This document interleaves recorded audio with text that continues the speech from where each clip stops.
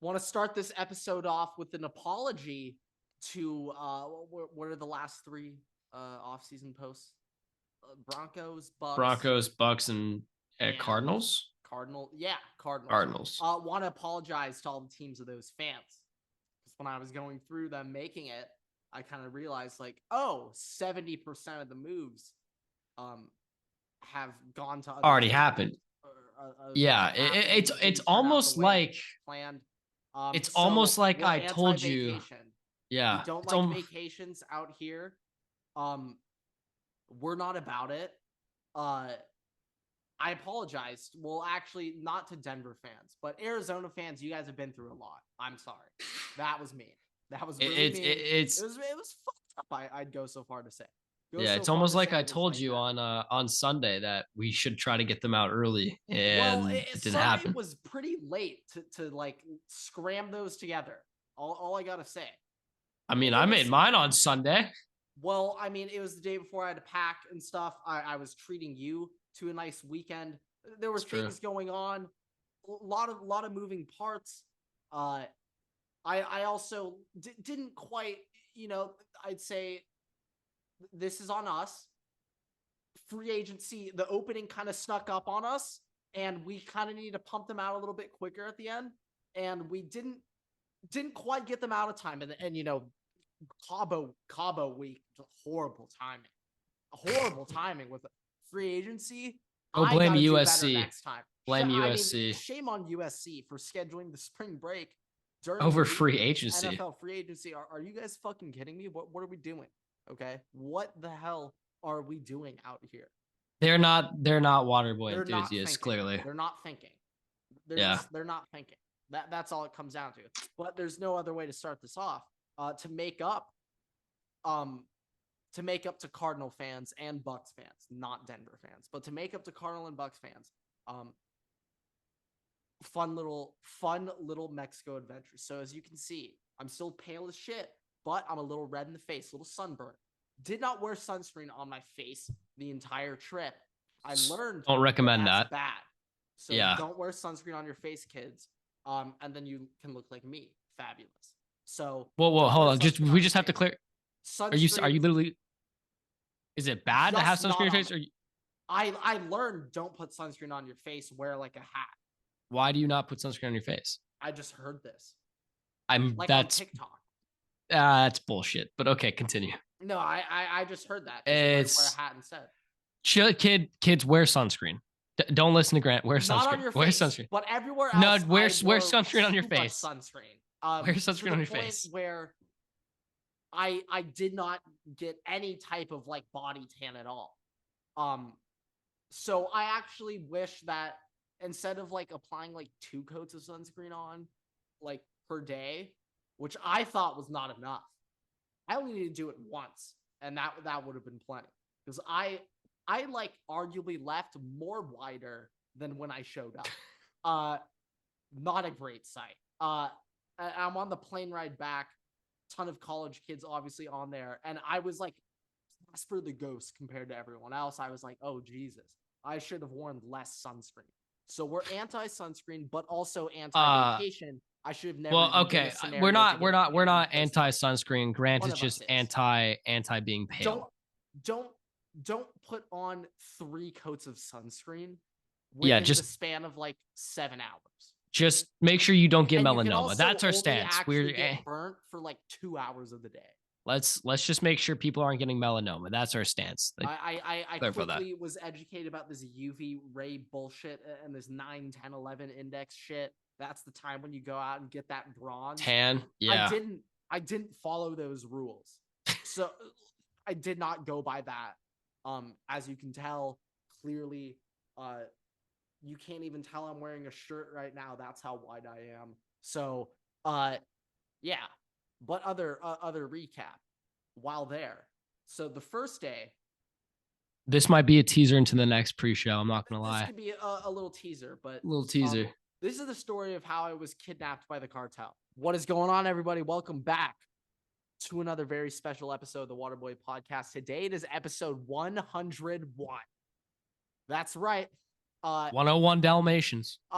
We're back on time schedule. We're back on time order. We're recording this on Monday, March 20th, the day before. We're not recording ahead of time anymore. Okay. If anything, we're recording this even too early. We should be recording this at 3 a.m. on Tuesday morning. That's what we should be doing. My apologies. We're anti-vacation. This is my fault. If I didn't go on the vacation, me and Everett, we would be up. I respect. I'm not gonna lie. And 5:30 You might have single-handedly screwed me over because I have my spring break in a week and a half, and now I got to figure out what I'm gonna be doing. You go on a vacation, boy, are the people gonna hate you. It's gonna be an issue. Oh, you're telling me? Yeah, apparently. Apparently, I'm not allowed to have vacations anymore. Well, the PR department people are anti-vacation. The Waterboy Nation is anti-vacation. I do not agree with vacations. I think they're bad for the public and the economy. Yeah, but in comparison, at least if I go on vacation, it would only be over one episode. So in comparison to two, but yeah, but Everett's half birthday is coming up. Is it? That's October. So 6 months later, April. Right? Oh shit! I guess. Yeah. So your half birthday is coming. It's coming up. Let's go. That's gonna be big as shit. We're gonna have to celebrate that one hard. Yes. So yeah. Yeah.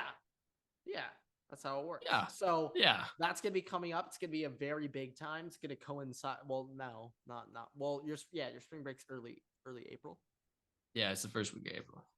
Yeah, so not quite coincide, but we're gonna count it anyway. Close enough. That's gonna be a big time celebration, but. What a weekend of March Madness, Everett. I'm just going to go out and say it. Thursday and Friday of March Madness are the two greatest days in all of sports back to back. I felt like I just lived through 4 days straight of like conference championship weekend. Like it was this March Madness constant, too.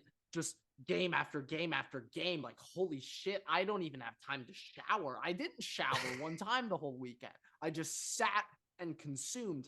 Also, you bathed in your own.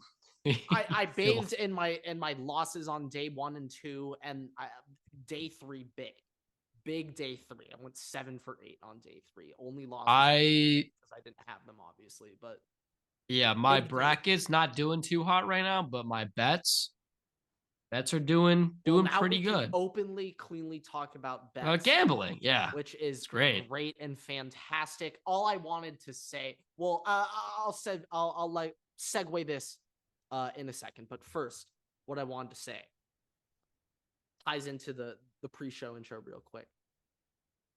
Thursday, I was flying back from Mexico, and it was the first time that I've ever been traveling and not able to watch all March Madness in its entirety, especially in those first 2 days, Thursday and Friday. However, I started the day off 0-3, so I was really, really happy that I was on a plane at the time, so I wasn't going to watch and cry over starting the day off 0-3. That's tough. Refreshing that ESPN Tournament Challenge app, and it's just 0%. 0%. Oh, that hurts. And then you check your pool with your boys and they're all moving up and you're just 0%. You're at the bottom. It hurts. You're tied with the people that forgot to fill their bracket. So I'm really happy that I wasn't there watching the start of March Madness. I was enthralled, to be honest. But moving on. Now betting talk. Immediately after Princeton knocked off Arizona, I knew that they were going to beat Missouri in the next round. No matter what, it was a lock. So, Everett, fun fact, with Princeton moving on to the Sweet 16, 4 of the past 5 15 seeds to win their first round matchup against a 2 seed have gone on to the Sweet 16. Florida Gulf Coast in 2013, Oral Roberts in 2021. The GOATs. Oral Roberts in 2021, St. Peter's last year, and Princeton this year. The only team that didn't do it was Middle Tennessee in 2016 when they beat Michigan State. And Izzo, who just made it to the Sweet 16, knocked them off, but they couldn't get by their second round matchup. I didn't look up who they played in the second round for that one. I'm just realizing now that played though. If you wanted to hear the upset, Florida Gulf Coast took down Georgetown in round 1, and then San Diego State 7-6 round 2. Sorry, hold on. I think Georgia Gulf Coast sent Florida Georgetown. Gulf Coast. Florida Gulf Coast sent Georgetown into the Stone Age. I think they're the reason Perhaps. why Patrick Ewing Maybe ended so. up there. I don't think they won since Speaking then. of moves, Patrick Ewing out, and then Out. Providence head coach in. Providence, yes, Ed Cooley is now the Georgetown head coach. But yeah, Florida Gulf Coast over Georgetown, then San Diego State, and then shout out the Trojans. We took their head coach Andy Enfield afterwards, so he's now at the Trojans. Been there for 10 years now. Oral Roberts in 2021 over a particular 2 seed from Columbus, and then they beat Florida, which is really bad. How the hell did Florida lose to Oral Roberts? The fuck, really bad. St. Peter's last year, Kentucky, Fighting Peacocks, Murray State, and then Purdue. Purdue also ended up losing to Fairleigh Dickinson this year. Oh, okay, real quick while we're on the subject, Everett. This is now 3 straight years that Purdue has lost to double-digit seeds. 2021, they lose to North Texas, 13 seed. Last year, they lose to St. Peter's, 15 seed. And this year, they lose to Fairleigh Dickinson, 16 seed, the shortest team in the tournament when Purdue has Zach Edey. What? 7 foot? How tall is he? 4, 7'3", 7'5"? No, I think it's taller than 7'3". I think it is. He's a big boy. In my opinion, Fairleigh Dickinson, they were too short for Purdue. Purdue had no chance. They were so short they couldn't keep up with how feisty they were and how quick they were. They had no shot from the get-go. They were too short for Purdue. So who do you think broke the whiteboard in the Purdue locker room? So this is actually a great debate. I was thinking about this. Now, first glance, everyone would assume like, oh, Zach Edey or the head coach. Like most likely, no. I'm gonna go with their starting point guard who got his ass fucking put in a blender trying to break a full court press. And we found that out late in the season that Purdue's young guards aren't quite built out to dribble it up the court. And so Fairleigh Dickinson, with the game plan of the century, just press their guards the whole full way up front fucking 7 foot Zach Edey, make it tough for them to get the entry passes. If you let him back him down, he's going to score anyway. So you might as well just try to deny the entry pass. So I'm all on board with that. Be feisty, be scrappy, get some elbows in there, go for his legs, shoot the leg. You know what they say. Just, get Zach Edey where it hurts. That's how you're going to win these basketball games. If you're a 16 Kick his knees out. I didn't realize Dan Campbell was the head coach of Fairleigh Dickinson over there. Yeah, no, we're taking your kneecaps. No, we're taking a page straight out of Bountygate Saints. Greg Williams. I'm not gonna lie, I'm a little nervous for the Vikings kneecaps this year. Anyways, let's not talk about injuries. Yeah, when it comes to our NFL teams. Don't want to talk about that. But yeah, some interesting upsets. And then finally, we went a little off subject, but Princeton over Arizona and Missouri. But I knew the second that Princeton was going to beat Arizona, sprinkle on that Missouri money line. Sprinkle. Also, by the way, just the FDU, the FDU 15.5 might have been the greatest lock of this tournament in this past round versus FAU. Yeah, that was phenomenal. I also think UConn money line last round against St. Mary's was one of the better locks we've seen. I had Arkansas over Kansas in the bracket. A lot of people did. I did not. One perfect region, so I can toot my horn right now. I do also have a perfect region. I do also have a perfect region, I believe. I'm gonna guess it's the top right. Okay, well let me find it. Let me find it. Okay. Mine's the bottom right with my Arkansas, best bracket. UConn, UCLA, and my best bracket has a percentage of 98.3. That's my best is 98.3. What's the name of that bracket? Oh, it's just my name with the number. I didn't name it. Oh, okay. So hold on, I gotta get it. My highest is although the max isn't great, 98%. I can't see the point because I'm on computer. It's not showing me the point. But so I had a bracket that was in like 99 percentile the whole time. My free Brandon Miller bracket. It was doing okay. It's not doing too hot right now, but we'll see how it ends up. My Midwest bracket is perfect. My main bracket though, We got 1540 max points, even though I think Arkansas is going to knock off UConn the next round, and my UConn Final Four pick's about to die. I also have Houston, Alabama in the final, like everybody else. Yep, like everybody not so else. Sure how that's about that one out. It's just not going to end up that way. So yeah, we'll see what happens. But real quick, as a Big Ten truther when it comes to college basketball, especially with the recent moves going on, so I'm all Big Ten when it comes to college basketball. I'm just really happy that our best team that we have left in the tournament is still looking really good despite injuries, UCLA. So the best team in the Big Ten still left in the tournament, still looking really good. We got a really good shot at the championship, guys. Looking forward to it. We got a tough matchup with Gonzaga. Then we're matching up with, I think we're going to be going up against a red-hot must-bust Arkansas team, not UConn. But either or. You don't think UConn's going to take that? I think Arkansas is red-hot must-bust. You gotta jump on. They are. But all I'm remembering is last year. Now Arkansas. UConn, this is the first time that they've won their first round of the tournament under Dan Hurley. Yes. Keep that in mind. They're on a little run right now, but I believe I have them in the Final Four. Arkansas. I'm just concerned. Arkansas. All I'm thinking about is Arkansas last year. I remember that they had one of those upset wins, like the kind of same thing. That's just Arkansas. I know, but they had one last year. And the next round, they got demoed. Well, the thing is, tough matchups.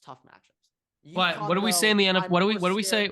What do we say in football? What do we say? What do we say in football? I know it's March, so we throw it out the window. But what do we say in football? Emotional wins. Sure. Lead the losses the next week. Well, not in March though.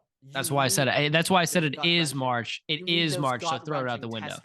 So, Houston, after their first game and then at halftime, of their last game against Auburn, I was like, oh fuck, I picked them to win the whole thing. See, but this is the thing. I have watched Houston play after they've won that last game and how they played in that second half. Oh fuck. I have watched Houston play this entire year. Second chance brackets, which will be going deep in depth in next episode. I have watched Houston play this year in person and otherwise, because obviously they're in our conference. I have seen it every year. Every year, but this year specifically, especially when they played Tulane, they are really slow in the first half. Tulane was tied with them both games they played in the first half. They were very close games. Second half, Sasser is back. Fine. Yeah. He's but in the second, a lot of Toradol. they are second. Use, right? They are second. I don't think they're injecting Toradol into his nuts, bro. I was kidding. That'd be really. I mean, great. That'd be great content, though. But they're a second half. They're a second half team. Houston Toradol shots, but yeah, they're a second half team. Exploding in the second half. We like to see that, but I think this is gonna be Alabama or Houston. Okay. Yeah, that's what it's looking like. I do. Arkansas is getting to the Final Four. I think they're getting to the Final Four. I think the winner of Arkansas UConn's make it to the Final Four, and they'll knock What would off you do if Princeton made it to the Final Four? I'm not giving Gonzaga much of a shot against UCLA. After I said that, Gonzaga is probably going to smoke. I'm low key cheering. I want the high seeds that are left to make it all the way. I don't want any low seeds left in the Final Four. I just want it to be a fucking chaotic March Madness. Last year with all the blue bloods. Huh? Last year was like all blue bloods. Yes. I'm saying like I want Princeton to get in there.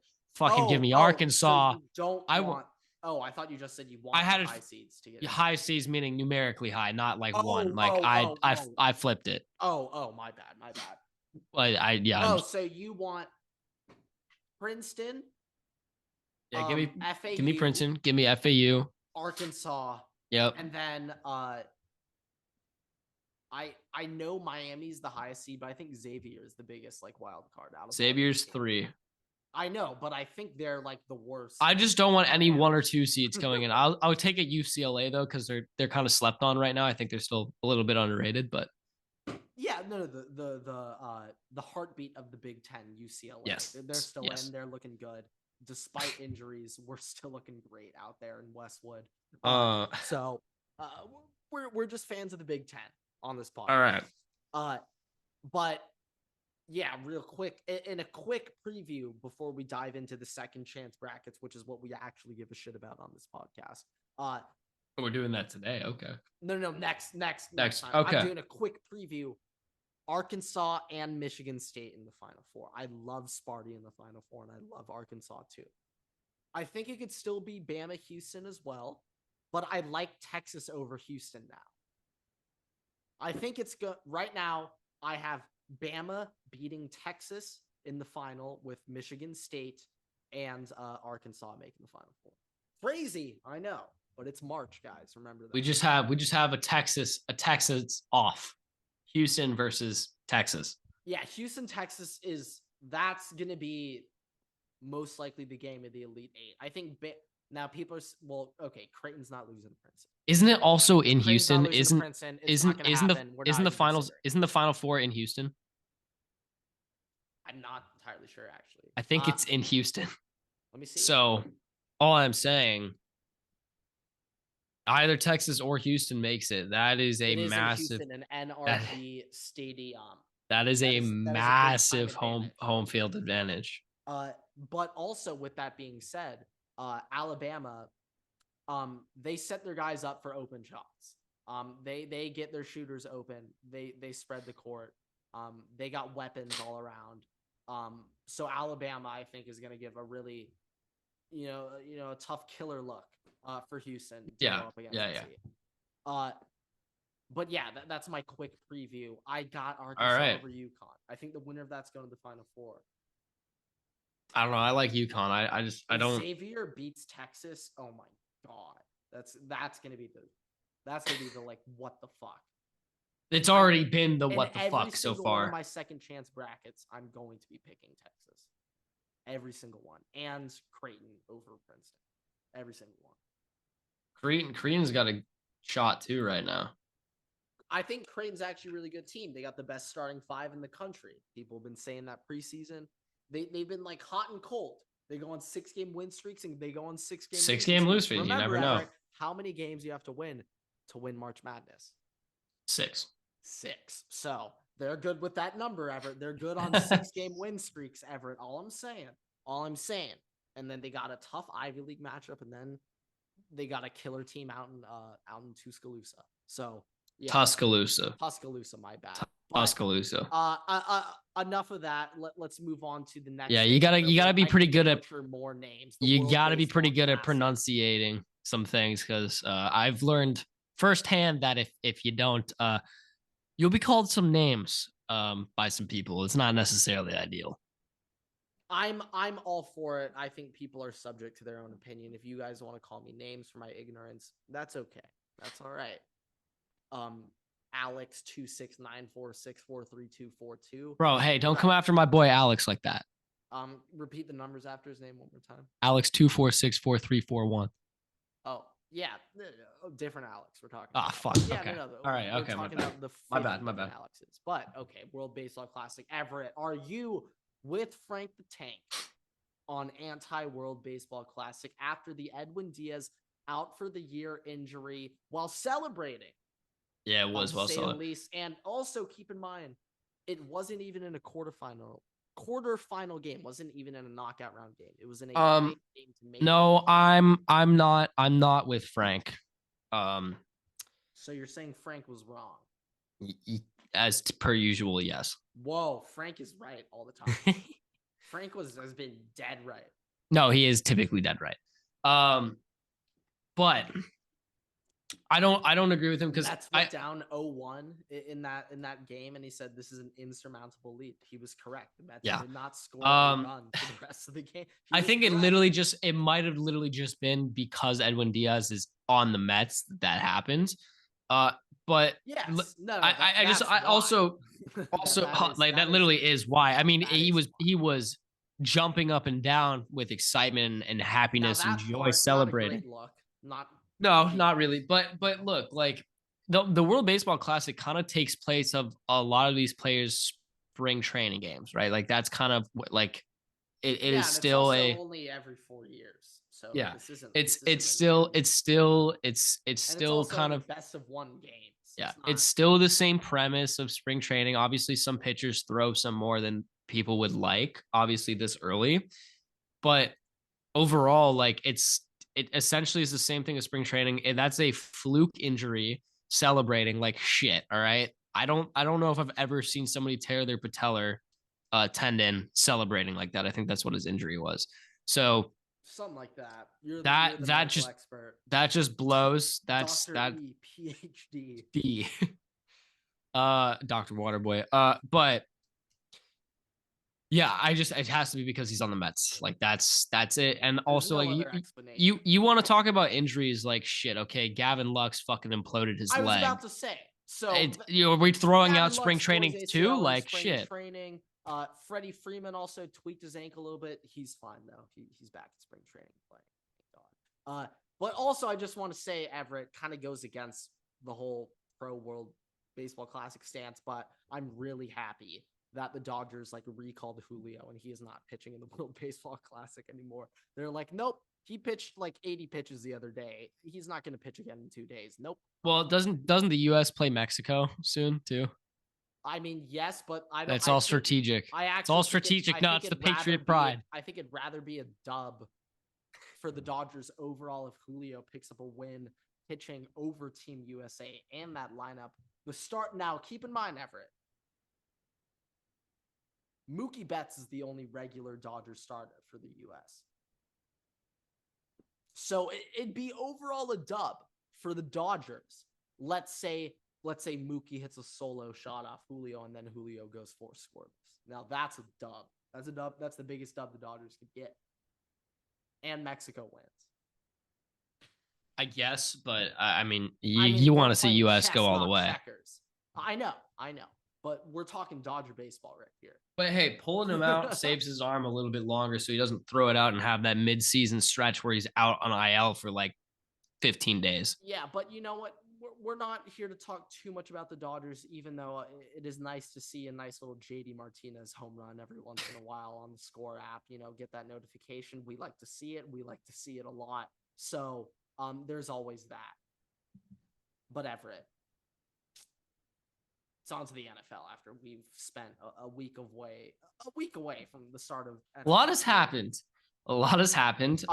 Everett, I want to start off real quick with something. Everett, I'm so fucking happy for you, dude. I was ready to send you congratulations. I was actually going to send you like a congratulations card from Mexico. Everett, you have nothing to worry about anymore. Alan Lazard has signed to the Jets. The bad man is officially gone. They're assembling the crew in New York. You have nothing to worry about, dude. The bad man's gone. I love the way that this is playing out right now because one is preventing officially gone. You see how much money they gave Alan Lazard? But look, I'm loving the way that this is playing out. I'm loving the way that this is playing out because one, it's fucking the Packers because the Packers can't do anything. His contract's still in the books. They can't sign Packers shit have right no now. Leverage now too. Like, the Jets are just fucking annoyed. The Jets are just fucking annoyed. And Aaron Rodgers is basically going to be put in a point where it's like, you know what? I'm going to the Jets, but if you're really going to fucking be a dick about this, like you're going to make it difficult to get this trade done, I'm just going to retire and then you get nothing. And you still have my contracts on your books.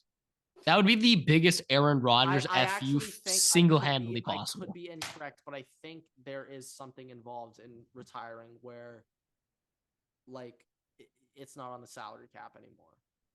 You still have to pay the money, but some of it is on the salary cap.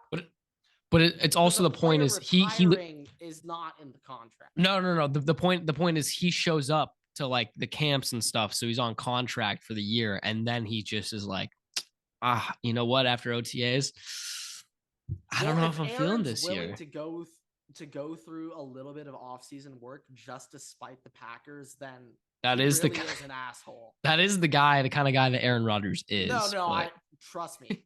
I really just thought it through. That's okay. So we just have a couple things to go over. I'm pretty sure to worry about. Did the Jalen Ramsey trade happen? We already before talked about that. We did talk about that. But, okay. Everett, okay. Real quick, I want to talk about sad time, but also before we get to sad time, you're involved in this. Eric Kendricks is a Charger. The tranquilizer is gone, and Eric Kendricks, which we've talked about a little bit, is an upgrade. I don't know. You tell me. Drew Tranquil. Remember, Everett. Drew Tranquil is the comparison. If this was 2 years ago, may say that it's an upgrade. I would say that it's an upgrade. I think his salary or contract details have not been fully leaked yet, but I think the rumors are like 2-year, 6-7 a year per year, so 16 total, right? Like 12 to 14 total. Yeah, 2 years, 12 to 14 total. Possibly, but I don't know. Also, Eric Kendricks. Remember, great. Drew Tranquill and Kenneth Murray. Yes, I'm aware. If you want to make it, let me make my point. Eric Kendricks, great linebacker, great intellect. Like he's able to read things very well. Like he can read plays very well. He's a very smart player, but he is slow as fucking grass, dude. He is slow as snails. He cannot catch, like he cannot pursuit. There's nothing there with not being able to catch.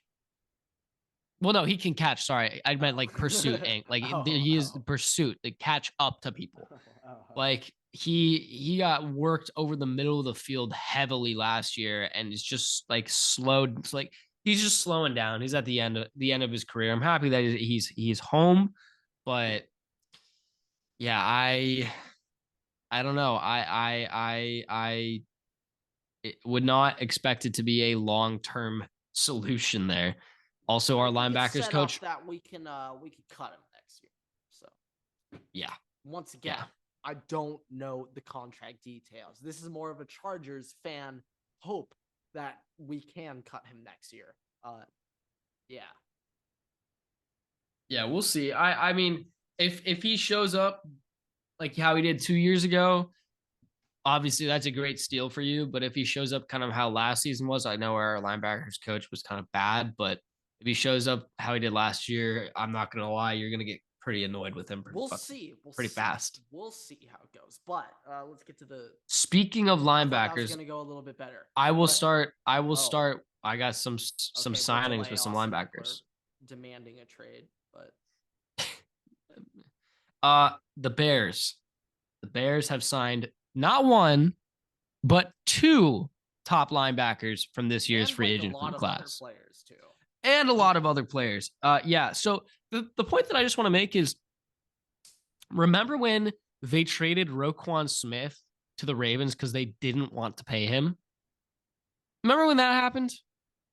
Yeah. What did they end up getting for that too? I don't remember. But instead of not paying Roquan Smith, they now pay 2 of the top linebackers in this free agency class, Tremaine Edmunds and TJ Edwards. I'm just laughing. They got a 2nd and a 5th. I'm just laughing because it's not necessary to sign both of them. Like, what the fuck are both of them going to do for you? Well, Matt Eberflus loves linebackers. Clearly, but you're now spending 18 million a year for Tremaine Edmunds. I don't even know what the cap salary for TJ Edwards is, but that's just blasphemy for me. And the best part of all of this is there are Bears fans saying that they're the best team in the NFC North right now. They're better than the Lions, better than the Vikings. Whoa. Jordan Love. The fuck are we talking about here? Who? Jordan Love. Who? The best quarterback in the NFC North. Jordan Love. Right. The king of Jared Goff. Right. There's also people being like, oh, I see the Bears, they're on the same trajectory as the Lions right now. Like, we're like a year behind them and like the same thing. Absolutely the fuck not. Slow your roll there real quick, bro. Matt Eberflus is not Dan Campbell, all right?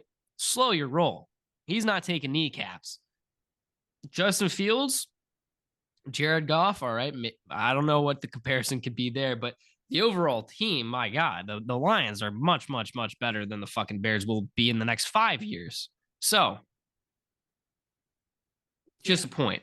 Yeah, the Bears got a lot to fix. But they've been making a lot of moves. They've been making a lot of money, and free agents do not fix problems. They help fill certain holes. But if you're going to win a Super Bowl, if you're going to start winning divisions, you can't be throwing all your fucking money at free agents. You need to be able to build through the draft too. I think they also still somehow, well, Yeah, they have the They most still have like salary 50. cap room They still have still, like 50 mil. which I They don't still really have 50 know mil. how Don't get that me wrong. works. But in order for this to work out, like their cap for the next couple years is going to be abysmal. So they need to hit on all these free agents and this draft. And if I'm them, I'm not spending much more of this cap space because I want to have some going forward.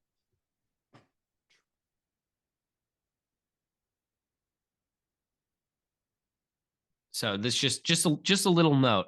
Also, Lions had a They have they have fantastic. they have a stupid amount of picks this year, which I think it only Also, makes sense for them to make what a I lot of was trades also with thinking those and try to is move up. they I think also they'll end up got having 2 first-round picks before this draft. the fucking Panthers first rounder next year, which more than likely is going to be a top 3 pick, This could be pretty solid. which I'm not happy about. One last point about the NFC North. Lions had a fantastic Oh yeah. Say your point, then I have a Li- question. Lions had a fantastic fucking offseason. They shored up their entire defense. I'm not gonna lie, I'd be pretty spooked about the fucking Lions right now in the NFC North, but their quarterback is Jared Goff, so I'm not necessarily that terrified. But as things are looking a little bit more scary up in Detroit, so we'll see how that goes. But their secondary is looking great right now. They just got CJ Gardner Johnson too for safeties. Like we'll see what they do in the draft, but that defense is going to start being pretty good. Millie. Yeah, I feel like that's a little bit of a steal. a little bit. Everett, my question. Rank first the NFC North teams, your predictions for next year, and then rank NFC North predictions over the next 10 seasons. Okay. Next year, Lions, Vikings, Bears, Packers. I think somehow, some way, the Packers are going to finish ahead of the Bears. They finished second. Yeah. Maybe no. second, but the for next season, the NFC North will be in this order: Lions, Vikings, Bears, and then Packers will be the last team. Over the next 10 years, these are going to be the best teams in the NFC North. Vikings, Lions, Packers, Bears. Oh wow, man, you're just evil, dude. You fucking hate shit. You really dislike the Bears. I don't dislike the Bears themselves. I just dislike all them. Sorry, my bad. I don't hate the Bears or dislike the Bears themselves. You despise they're them. just sorry, my they're bad. They're just annoying, and their fans are just. I know that fans are always like promoting their teams and stuff, but the Bears fans, just for whatever reason, are just such a fucking nuisance. They're so annoying. Like they're like Chicago people. Very narcissistic. It's a Chicago. Like they're narcissistic. They're a little narcissistic. Yeah, well, I mean, Everett hates Chicago. I actually am not a big fan of Chicago. I'm not gonna lie. I don't love Chicago. All right, so you're just going straight fucking at them, but yeah. Okay, Everett. Austin Eckler's on the trade block. And this was not a cool way to start off my Monday, first day in Mexico. In Cabo. Let's just say not chill. So I tweeted out, we're in Cabo, so positive vibes only. But it was, I did not say this, but I should have said this. It was hashtag not chill of Austin Eckler to request a trade on my first day of vacation. Really, really not chill of him. So Austin Eckler's on the trade block. First things that I can think of, which teams would be really good, like landing spots, fun spots for him. Now, this wouldn't make any sense at all, but goddamn, he'd be like amazing on the Chiefs. So how would you feel? How would you feel about trading Austin Eckler and you get Bijan Robinson in the first? Now I think that's what a lot of people are saying. Or it also lines up pretty well for us to take Bijan in that slot. We've re-signed Khalil Mack, or restructured Mack and Bosa, and restructured the wide receivers. Or so you get Tajay Spears. Now that's also the I think he's going round 2 now in draft, so we're gonna have to take him in round 2. And I say have to like it's a bad thing. It's a great thing. but Bijan round 1 just makes a lot of sense now. Like it makes a lot of sense. I think. So Kellen do you Moore think that Austin Eckler is going to be dealt? Big stud. Yeah, he's gone. You think that he's gone? You don't think he's going to be on the team to start next year?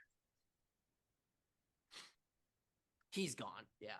So if you are the Chargers, I don't know what exactly the return for him is though. If you are the he Chargers has GM, 1 year on his contract, and he wants. Well, an extension. assume wherever he's going, he's going to get an extension. No, I'm aware. So if you're the Chargers GM, I swear everybody on earth probably wishes that somebody else was the Chargers GM. But if you were the Chargers GM, what would you need in order to trade Austin Eckler? What would you need to get at a minimum? I don't like really know. Just like whatever picks you can get. I don't really fucking know. Okay, so if I offer you a 7th, you're gonna give me Austin Eckler for a 7th round pick. Well, okay, obviously that wouldn't be it. Would you give him to me for a 5th? Like, this is the thing. I don't really know what trade value. Christian McCaffrey was traded to the 40. Jerry Jones chart.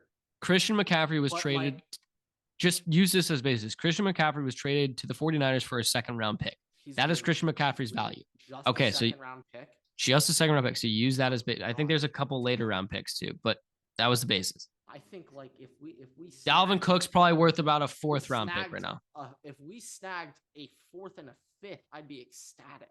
Like a 4th and a 7th, I'd be jumping for joy.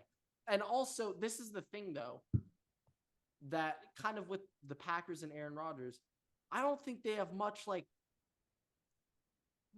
influence or bartering power in these like negotiations because their players like won't play for them next year. So it's like you can't really demand much. Like the Packers are trying to get 2 firsts. You can't really do that. And no team, every team already came out and said that they are not trading for anything more than a 2nd round pick. Yeah, like that's nuts. But like just for reference, they want 2 2nd round or 2 1st round picks, Deshaun which is Watson fucked over everything. Well, apparently the NFL is trying to make it so that contract and kind of trade never happens again. But it was nuts. But for reference, Lamar Jackson's value right now for signing him is 2 1st round picks. So essentially, the Packers thinks that 39-year-old Aaron Rodgers has the same value of Lamar Jackson. That's what they think. Yeah, to a degree. And the Lamar Jackson thing's obviously very interesting on its own. We can cover his whole, like, apparently he got 3 years, like 130 mil, but he wanted 4. He's like 32 mil, 33 mil a year 5 right now. The Deshaun, but like that's not gonna happen. So like he wants 4, I guess now. I don't know. But right now he's at 32 mil for next year. Fuck, back to the Chargers. Yeah, like a 4th and a 5th. Yeah, fuck yeah. Like a 4th and a 6th, sure. A 3rd, oh my god, hell yeah. But like I don't think that'll happen. I'd say he has more value than Dalvin Cook right now, so I would say I could see a 3rd. I could see a 3rd. It could happen, maybe. I guess he has a good lack of injury track history. Like the Dolphins, they'd probably throw their 2nd round pick to get him right now. Oh well, the Dolphins just throw those. They're on full Les Snead Rams mode. Fuck them picks. They're throwing. Well, you know they managed to get Jalen Ramsey for a fucking pack of peanuts. So no, they're making. They're not really even fuck them picks. Like they also at all. Officially picked up Tua's 5th year option. So we'll see how that goes. Tua time. But some other interesting moves now. Adam Thielen and Miles Sanders at the Panthers, and as a CJ Stroud truther, and as the future number 1 pick in the draft, I'll take that. It's better than Adam Thielen, wide receiver 1 season. Chuba Hubbard and Donta Foreman. No, he's gone. But who's I know. Would have been the wide receiver. Oh, Terrence Marshall.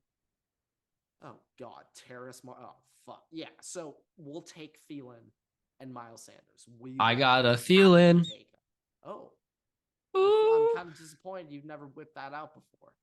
Well, no, that's a big thing on Viking sweaters. I got a Thielen. I And also with Cameron Dantzler, your guy, don't- who I mean, he's now gone. It's where is he now? I don't. Commanders? Oh, we got Washington. Yeah, it was hold me closer, tiny Dantzler. Oh, I like that. I like that. Yeah. I like that. Yeah. Oh, hold me closer, like on Oh, that's cute. Yeah. Everyone tackles hard. And now he's in Washington, so his career's over. Yeah, I mean, hopefully they move out of FedEx Field soon, or hopefully Dan Snyder sells the team. That's really what they need. But also, Everett, Cowboys made some moves. Stephon Gilmore and Brandon Cooks, both to the boys. Another 2 trades that I got, by the way. Just want to shout that one out. I got those ones right too. Flowers for Everett, real quick, guys. Shout them out, guys. Shout them out. Shout them out. I have gotten every trade. I have gotten every trade right, by the way, that I listed. I'm pretty sure. My God. Well, pretty sure caveat. Good job. I have not checked it. I have not checked it. But everyone that I remember, I've gotten right. Fair enough. Fuck it. Waterboy Analytics. Everett has gotten every single trade correct. Waterboy fact checking. Shout out our intern, or call out our intern in case that was wrong, but it wasn't. It was right. Yeah, you can. If I was wrong, direct your anger at the unnamed intern. He relayed that information to me. So. But okay, Everett. Now, after the Cowboys' embarrassing loss with Zeke lined up at center and getting loud, which, by the way, his last snap ever also, is him at center. Their like appreciation post for Zeke, as an Ohio State fan, fucking pathetic, guys. What the hell? He was running back for America's team, and you give him that bullshit like Twitter post. I need more than that. But, yeah, can we just have a moment of silence for Tony Pollard's kneecaps next season? Yeah, but after they went out like that, Everett, they go get Gilmore, they go get Brandon Cooks, Dak, they restructure him so he is a Cowboy for life. Pretty sure DeMarcus Lawrence is still there. Micah and Diggs on their rookie deals. So they might still have some more room to play. The only Micah's gonna get a how do they get over the hump of being the Cowboys in the playoffs? How do they get over that? Is Stephon Gilmore and Brandon Cooks enough? Probably fucking not. So we'll see how this pans out. The way that you get over it is you're gonna put tape over your uniforms where it says Cowboys, write a different name in, and sell the tickets underneath a different name. See if that helps. Don't put Chargers or Vikings on there. No. But what you should put is Chiefs. Yeah. Yes. What you should put is Chiefs. Chiefs. That is exactly. Got a little guest appearance over there. It's what it seems like. So, quick little guest appearance, but we already went over CJ Gardner-Johnson. Last thing I wanted to bring up, kind of a random couple bunch of moves, but interesting. Darren Waller to the Giants, Baker Mayfield massive trade to the Bucks, and Juju to the Patriots. Just some interesting. Which also pissed off Jacoby Myers, by the way. Juju to the Patriots for the same amount that Jacoby Myers would have gotten paid. Just pissing him off a little bit on the way out. Yeah, I guess loyalty doesn't run deep in New England like that. No. Foxborough, absolutely not. Up there with GM Bill. But first, okay, Waller to the Giants, Everett. I guess they get Danny Dimes, his guy, finally. You know, Evan Ingram wasn't him. They go get Waller. Who's their wide receiver one right now?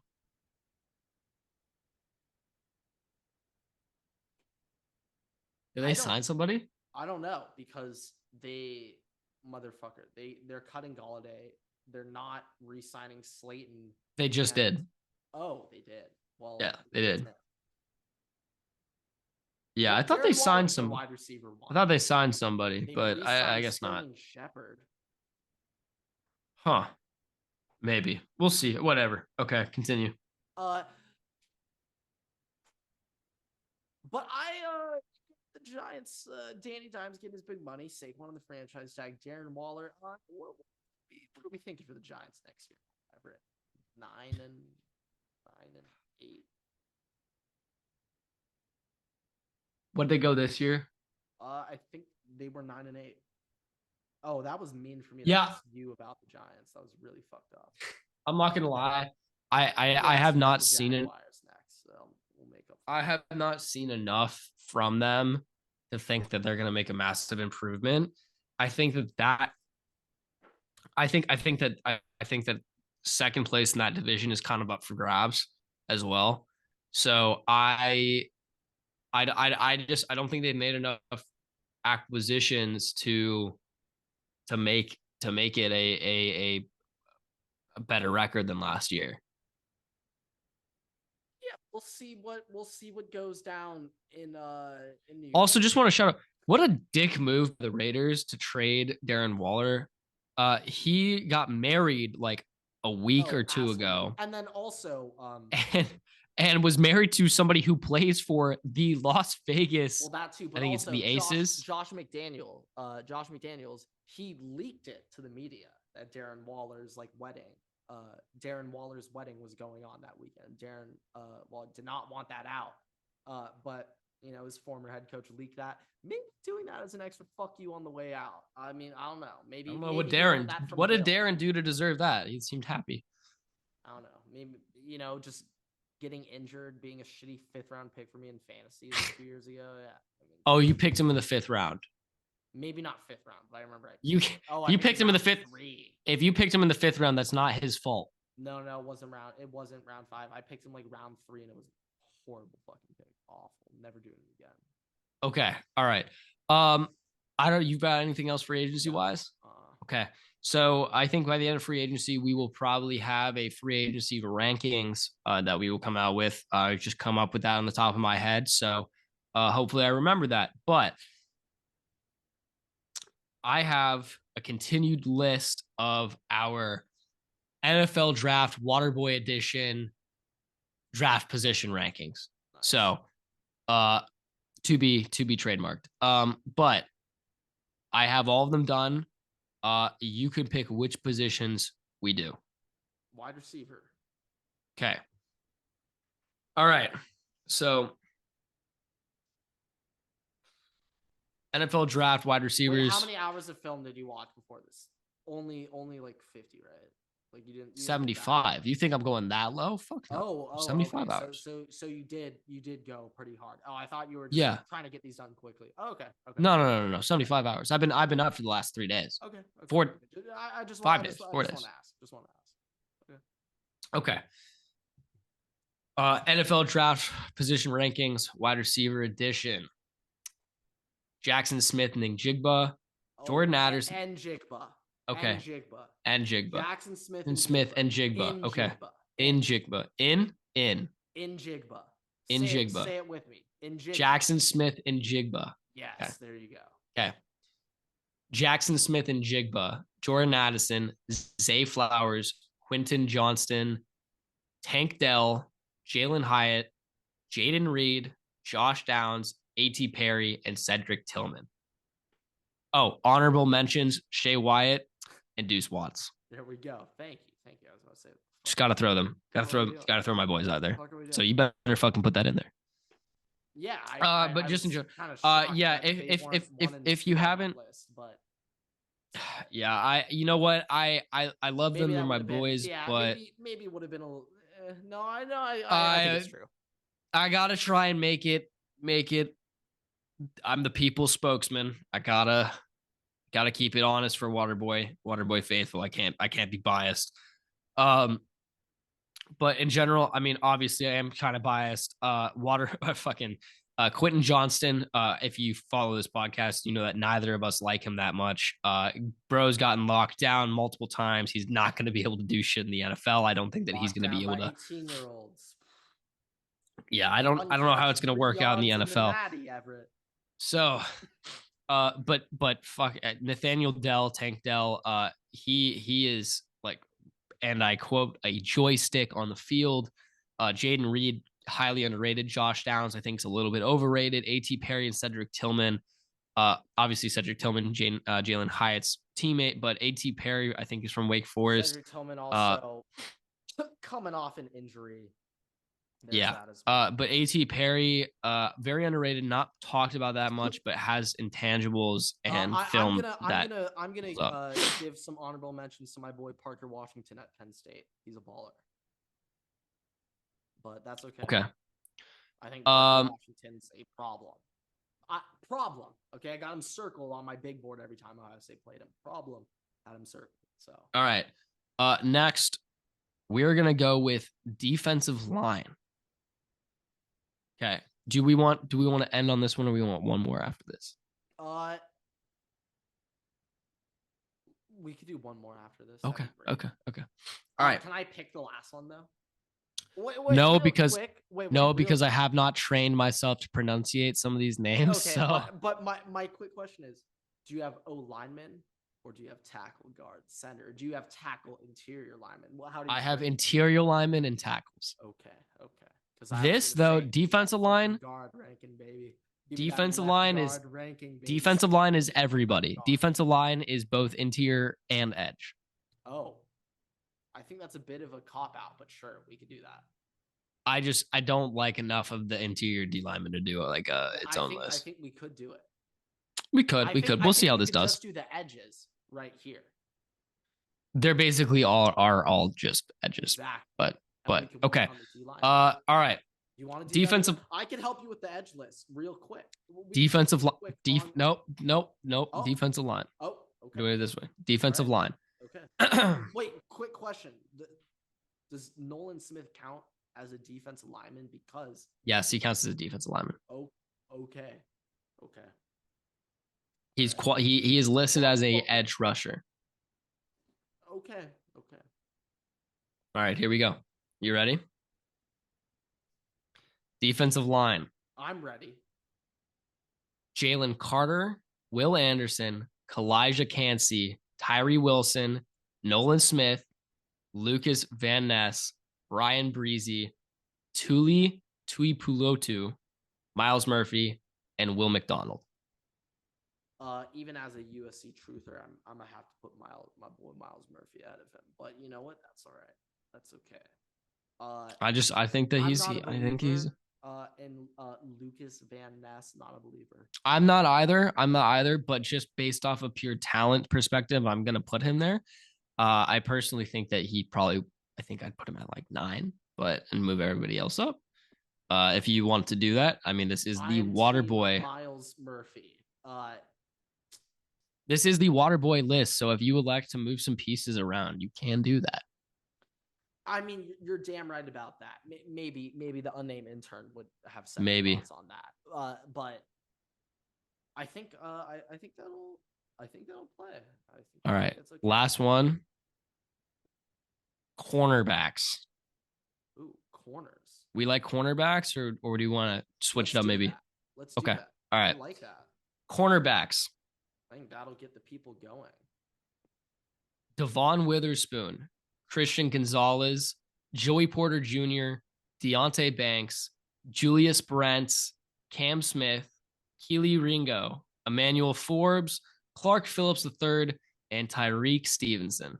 Man, Clark Phillips got to be up there. I know, but up there. Where would you put him? I'd say he's top 5, number 5. He's not 5. He's not better than Julius Brents. I think he's so fucking good. Okay, so we'll do it this way. Use this one. It's just Clark Phillips. What I saw him do against Jackson Smith and Jigba last year in the Rose Bowl. Changed my old perception. Use this. No. You can choose which one. You can no. That's okay. That's okay. That's okay. This is a Waterboy list, so you can choose between take 1 and take 2. You choose which one you want to put. Ringo. Okay, here we go. Put Clark Phillips ahead of Keely Ringo. Devon Witherspoon, Christian Gonzalez, Joey Porter Jr., Deontay Banks, Julius Brents. I also would move Joey Porter. You just. Oh, I thought you were asking me like when to put in Clark. What Phillips. No, I said here we go. Oh, okay. Okay, back to the Waterboy list. I think Joey Porter's a little too high. I don't think he's the 3rd best corner. He showed off in the but like I just think that overall, like we were talking about this, Everett. What does he do on tape? He's been pretty good on by tape. a guy named Marvin Harrison Jr. Well, also If you Everett, you can't be 10 receivers are at. Marvin Harrison Jr. would kind of fuck up like most corners.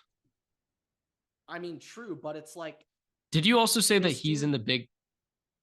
Dude, okay. Big 10 is not good. I thought you said Big 12. I was about to call you out for some shit. The Big 10. Oh yeah, I think Penn State's in the Big 12. No, Big 10's not. Last year, the teams that could pass were Ohio State. To a degree, Michigan State had good wide receivers. Purdue could sling it a little. It wasn't great passing, and the whole Big 10 West was literally the worst sub conference or division in Power 5. So I think Joey Porter Jr. might be getting some love off the name and off not the greatest opponents. All I gotta say. I don't think he played the toughest competition. Devon Witherspoon, Christian Gonzalez, Deontay Banks, Joey Porter Jr., Julius Brents, Clark Phillips III, Cam Smith, Keely Ringo, Emmanuel Forms, and Tyreek Stevenson. I love how you really emphasize Clark Phillips III because I'm gonna be honest, I don't think anyone's ever like specifically said the third, but I love it. I'm keeping that in there. Gotta specifically call it out. That's like JT Barrett the fourth. I like. Gotta really emphasize the third. You gotta get that out there, but I'm a fan. I think, because intangibles are the only things that matter, I think Michigan cornerback DJ Turner should have gotten in there too. I just don't think that he's the 10th. Like, it's just also, I was originally high on Emmanuel Forbes, but that dude is the lightest player to ever weigh in at the combine, I'm pretty sure. He weighed like 145. Like 150. 145. He was light, dude.